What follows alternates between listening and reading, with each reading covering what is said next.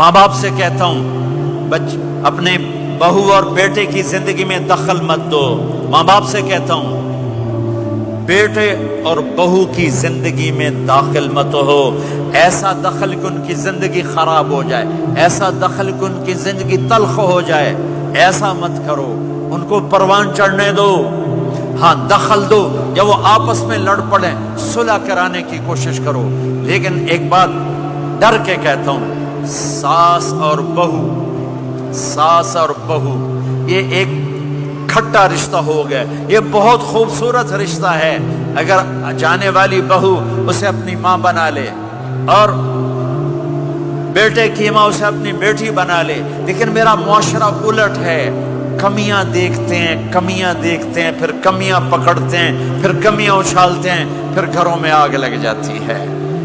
میرے بھائی بہنوں، اگر آپ والدین ہو تو اپنی اولاد کو پروان چڑھنے دو، ان میں دخل مت دو. اللہ کے واسطے ان کی زندگی کو تلخ نہ کرو. اپنی مرضی پہ نہ چلاؤ، انہیں چلنے دو، انہیں پروان چڑھنے دو. بڑے درخت کی چھاؤں کے نیچے درخت اگتا نہیں، نیا درخت، ذرا پیچھے ہٹ جاؤ. ہاں ان میں کھٹ بٹو، داخل ہو کر صلح کراؤ. جیسے میرے نبی کا واقعہ ہے، آپ اپنی بیٹی کے گھر گئے، وہ اداس بیٹھی. آپ نے کہا کیا ہوا؟ کہا میرا اور علی کا جھگڑا ہو گیا. آپ نے کہا علی کدھر ہے؟ کہا باہر نکل گئے. آپ ان کو ڈھونڈنے نکلے، مسجد سے اٹھا کے لائے، گھر میں آئے اور فرش پر ایسے لیٹ گئے، زمین پر. ادھر علی کو لٹایا، ادھر فاطمہ کو لٹایا. علی کا ہاتھ پکڑ کے یہاں رکھا، فاطمہ کا ہاتھ پکڑ کے یہاں رکھا، اور اوپر فاطمہ کے ہاتھ کے اپنا ہاتھ رکھا. یہ علی کا ہاتھ، یہ فاطمہ کا ہاتھ اور یہ اپنا ہاتھ. پھر فرمایا بچوں بولو ہماری صلح ہو گئی. یہ ہے بڑوں کا کام، بولو ہماری صلح ہو گئی. تو دونوں نے کہا ہماری صلح ہو گئی. تو آپ باہر نکلے بڑے خوش. صحابہ نے کہا یا رسول اللہ آپ بڑے خوش نظر آ رہے ہیں. کہ میں علی و فاطمہ کی صلح کرا کے آ رہا ہوں. یہ کام ہے بڑوں کا، یہ کام ہے بڑوں کا. پھر ایک بات اور والدین سے کہتا ہوں، بچوں سے کہتا ہوں، ماں باپ کی پسند کو سامنے رکھ کے شادی کرو. لو میرج چند دن کا خواب ہوتا ہے، پھر لڑائی کے سوا کچھ نہیں ہوتا ہے. اپنے ماں باپ کی مشورے سے، ان کی رائے سے شادی کرو، برکت ہوگی، ان کی دعائیں ملیں گی. ماں باپ سے کہتا ہوں اولاد کی رعایت کرو، ان پر زبردستی مسلط ایتھے ہی کرنی ہے اور نہیں کرنی، ایتھے ہی کرنی. یہ ظلم نہ کرو، یہ ظلم نہ کرو. شادی بچے کا حق ہے، شادی بیٹی کا حق ہے. شریعت نے بچی کو حق دیا ہے کہ وہ کہے میں نہیں کرنا چاہتی، وہ کہے میں نہیں کرنا چاہتا. یہ نافرمانی نہیں ہے، مسلط مت کرو.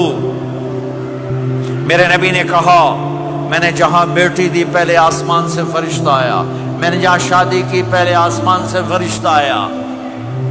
ٹھیک ہے، حضرت فاطمہ کے لیے ابو بکر پیغام لائے، انکار کر دیا. عمر پیغام لائے، انکار کر دیا. علی پیغام لائے، جبریل آ گئے کہ اللہ فرما رہے ہیں فاطمہ علی کی ہے. کہ یا رسول اللہ آ کے بولے نہیں، چپ. آپ نے کہا علی کیسے آئے؟ چپ. پھر آپ نے خود کہا فاطمہ کے رشتے کے لیے آئے ہو؟ کہا جی ہاں. تو آپ نے کہا انشاءاللہ.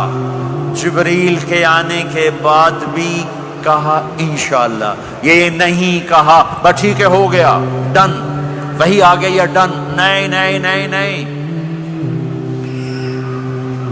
آپ اٹھ کے گھر چلے گئے، علی باہر نکل گئے. باہر صحابہ کھڑے تھے، کہنے لگے کیا ہوا؟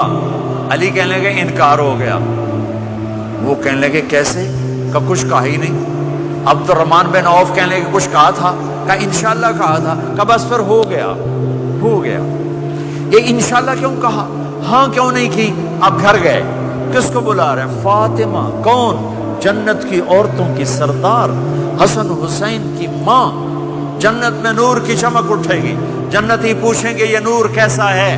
کہا جائے گا اوپر کی جنت میں علی و فاطمہ مسکرائے ہیں، ان کے داندوں کے نور سے جنت جگمگائی ہے. آپ نے کہا بیٹی فاطمہ علی کا رشتہ آیا ہے، ہاں کر دوں؟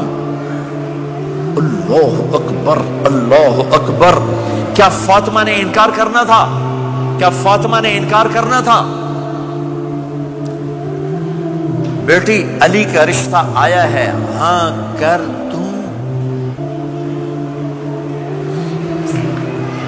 بیٹی فاطمہ ہو، رشتہ علی کا آیا ہو، اوپر سے جبریل آ چکا ہو، باپ محمد مصطفیٰ صلی اللہ علیہ وسلم ہو، اور پھر وہ جا کے پوچھیں ہاں کر دوں۔ میرے بھائیو، مجھے نہیں پتا یہاں معاشرت کتنی کو بدلی ہے، لیکن ہمارے ہاں بیٹیوں سے نہیں پوچھا جاتا، اور دیہاتوں میں بچوں سے بھی نہیں پوچھا جاتا، بات تیرا کر دیتا ہے ہن بھاویں تو من یا نہ من۔ تمہاری بیٹی کا حق ہے کہ وہ کہے میں کروں گی، میں نہیں کروں گی۔ تمہارے بیٹے کا حق ہے وہ کہے میں کرتا ہوں، میں نہیں کرتا۔ اللہ کے واسطے ماں باپ سے کہتا ہوں جبر مت کرو، جبر مت کرو۔ بچوں سے کہتا ہوں اللہ کے واسطے لو میرج کے چکر میں مت پڑو، یہ دھوکہ ہے، یہ خواب ہے،